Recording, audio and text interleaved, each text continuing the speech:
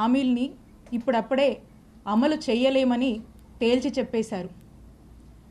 ఇదేంటా అని వైఎస్ఆర్ కాంగ్రెస్ పార్టీకి సంబంధించినటువంటి నాయకులు కానీ, సామాన్య సోషల్ మీడియా కార్యకర్తలు కానీ, సోషల్ మీడియా యాక్టివిస్ట్ కానీ ఏదన్నా ప్లాట్ఫామ్స్లో సోషల్ మీడియాలో దీన్ని గనక ప్రశ్నిస్తే, క్వశ్చన్ చేస్తే అక్రమ కేసులు, అక్రమ అరెస్టులు, జైళ్ళకి ఏడుస్తారు.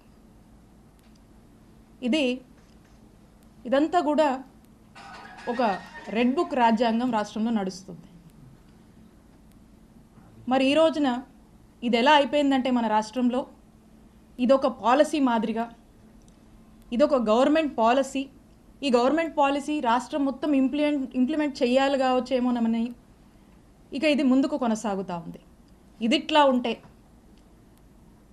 మన చిలకలూరిపేట నియోజకవర్గంలో ఈరోజు నియోజకవర్గ పరిస్థితి ఏంటంటే